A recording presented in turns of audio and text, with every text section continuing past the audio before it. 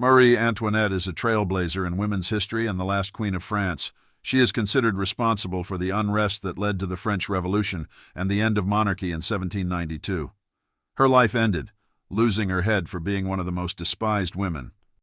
Marie Antoinette was born in Vienna, Austria, on 2nd November 1755. Archduchess Marie was the 15th child of Holy Roman Emperor Francis I and Habsburg Empress Maria Theresa. Her education was typical of an 18th-century aristocratic girl and focused more on religious education and moral principles. When the 7 Years' War ended in 1763, Marie's mother, Empress Maria Theresa, came forward to maintain a peaceful alliance between Austria and France. In 1765, the son of French monarch Louis XV, Louis Dauphin de France, died. His son, 11-year-old Louis Auguste, was now heir to the French throne. Maria Theresa sent Louis XV a pledge to marry Louis XVI with Marie Antoinette, which he accepted. 3 years later, Marie Antoinette, a 14-year-old teenager with gray-blue eyes and ash-blonde hair, set out for France to get married. She was escorted by 57 carriages, 117 footmen, and 376 horses. When she entered France, she was ordered to strip down from her Austrian attire and adopt a luxurious French style, because she was about to become Marie Antoinette, Dauphine of France. Marie Antoinette and Louis Auguste got married on May 16, 1770, but after marriage, things didn't go as expected. Louis was an inattentive husband, a shy and introverted guy.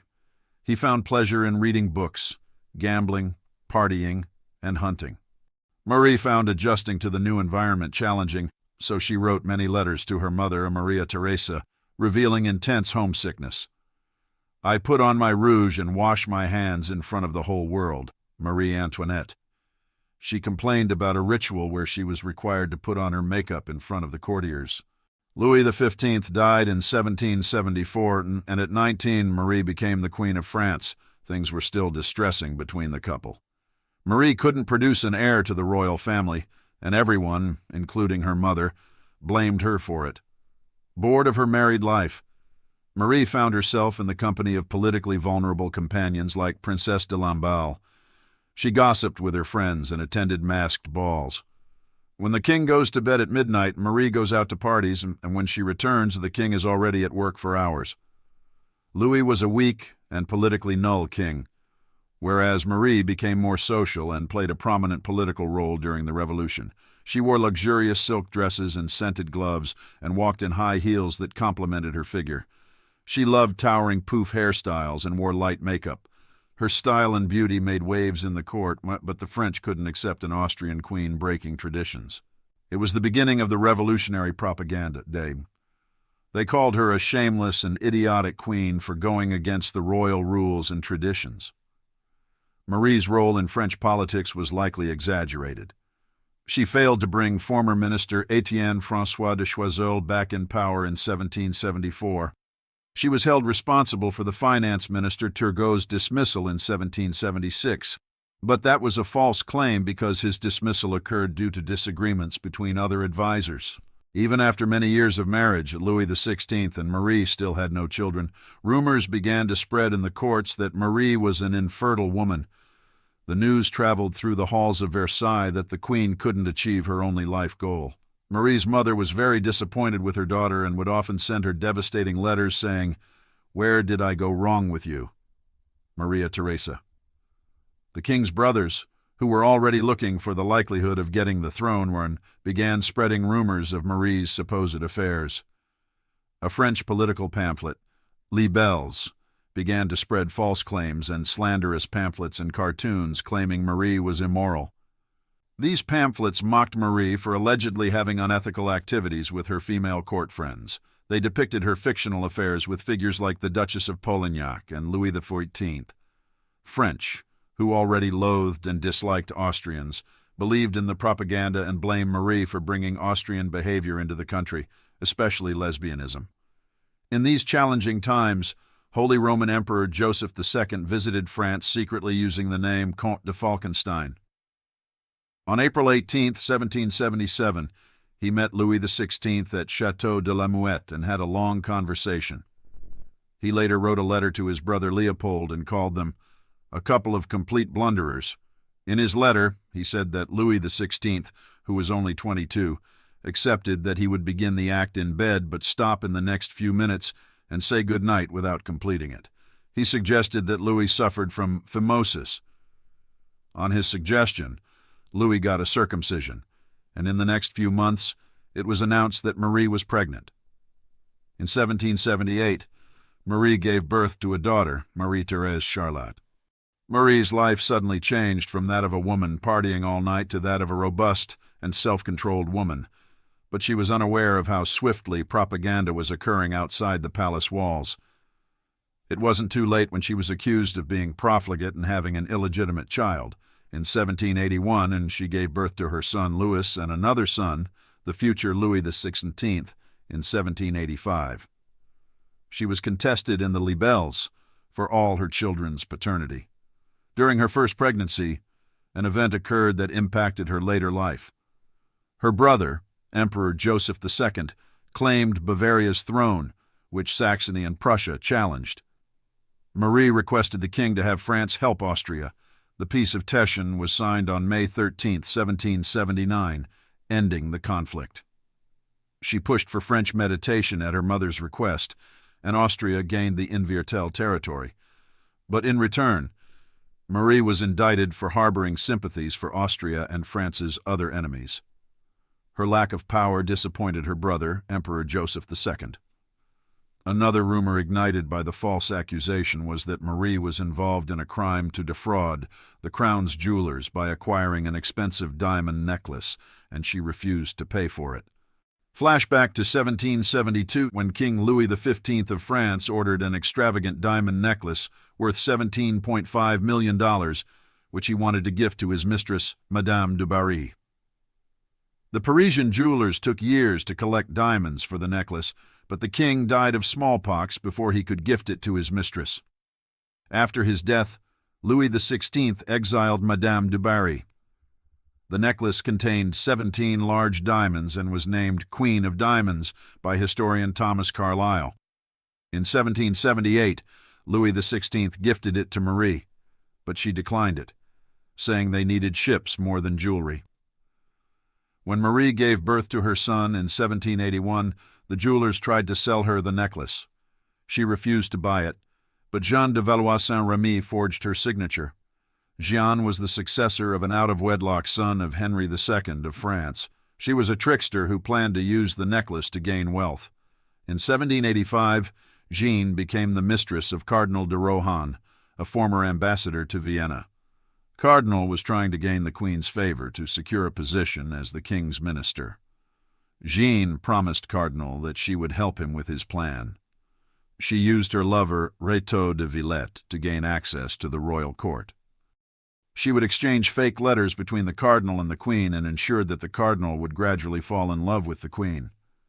Once convinced that the queen was infatuated with him, he insisted Jeanne set up a meeting with the queen. Jeanne accepted his request and borrowed money to give to a queen's charity. In 1784, Jeanne arranged a meeting where the cardinal met the queen. The woman in disguise was not the queen, but a hired prostitute named Nicole d'Oliva. Flowers were exchanged, and both promised to forget the past issues. Jeanne claimed in the court that she had a close connection with Marie and that the queen and the cardinal were having an affair. After a few months, the necklace jewelers, thinking Jeanne was close to the queen, approached her to help sell the diamond necklace. She couldn't refuse this opportunity because this necklace could change her life overnight. She then wrote many letters to the cardinal pretending to be the queen, where she ordered that the necklace be signed Marie Antoinette de France. In 1785, Jeanne shared a fake letter with the cardinal in which the queen did not wish to buy the necklace, but secretly wanted it to avoid public attention. The cardinal showed the fake queen's written approval to the jewelers and purchased the necklace for 2 million livres in installments. He later delivered the necklace to Jeanne's house, where someone claiming the queen's valet took it. Jeanne was successful in her plan.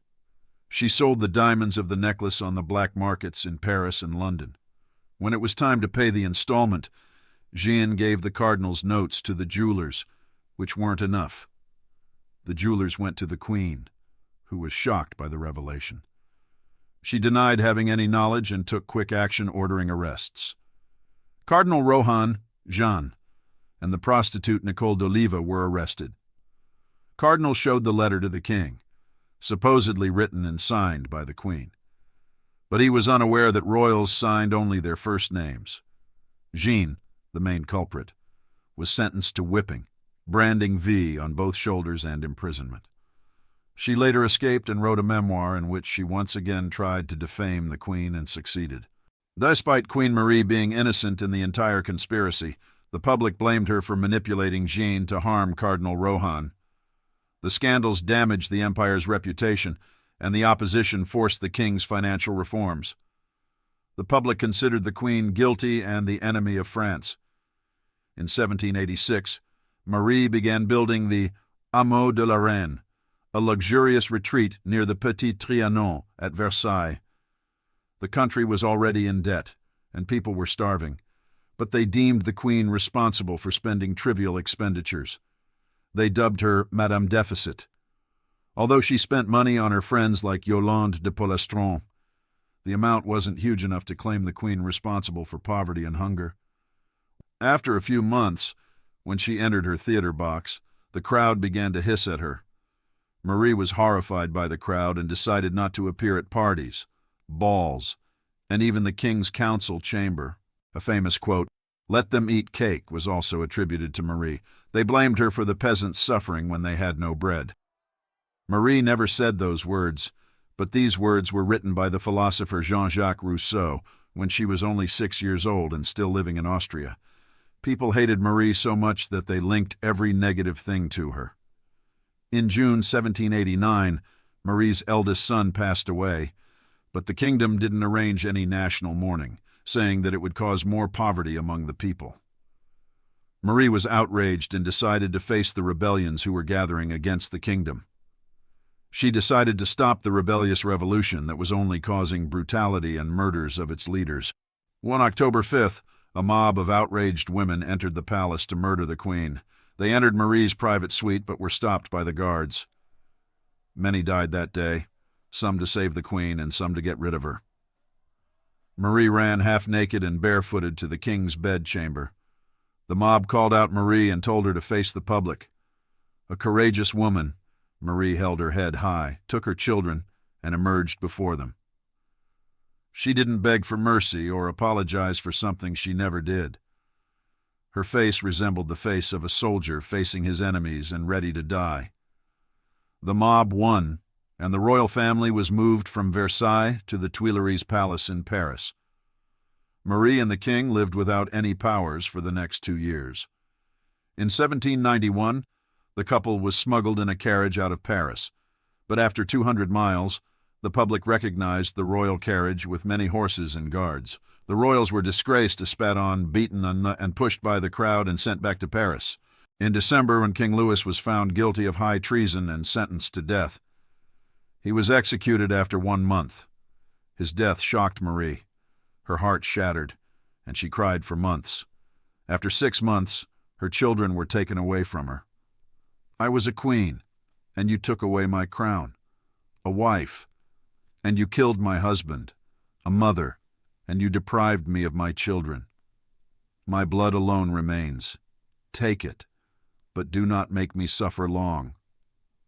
Marie Antoinette. Marie was locked into a dark solitary in an underground cell in the conciergerie. She wasn't shocked by this treatment, but knew what was coming towards her. She was accused of organizing orgies in Versailles, planning a massacre of Swiss guards, and sending the country's money to Austria. But the worst allegation that broke her apart was sexually abusing her son. Marie refused to respond to the allegation, saying, "If I make no reply, it is because I cannot. I appeal to all mothers in this audience." Marie was announced guilty by the Revolutionary Tribunal. On 16 October 1793, Marie was executed at the Place de la Révolution. Her lifeless body was dragged and tossed in a cart, and her head was thrown between her legs. The body was dumped in an unmarked grave. Marie's reputation was tarnished in a disastrous way that would stay like a stain on the French Revolution forever. Thank you for watching Powerful Primates. Our aim's simple, to share stories we find fascinating. Thank you for joining us on that journey. If you enjoyed this video, hit the like button, leave a comment, and don't forget to subscribe. Until next time, bon voyage.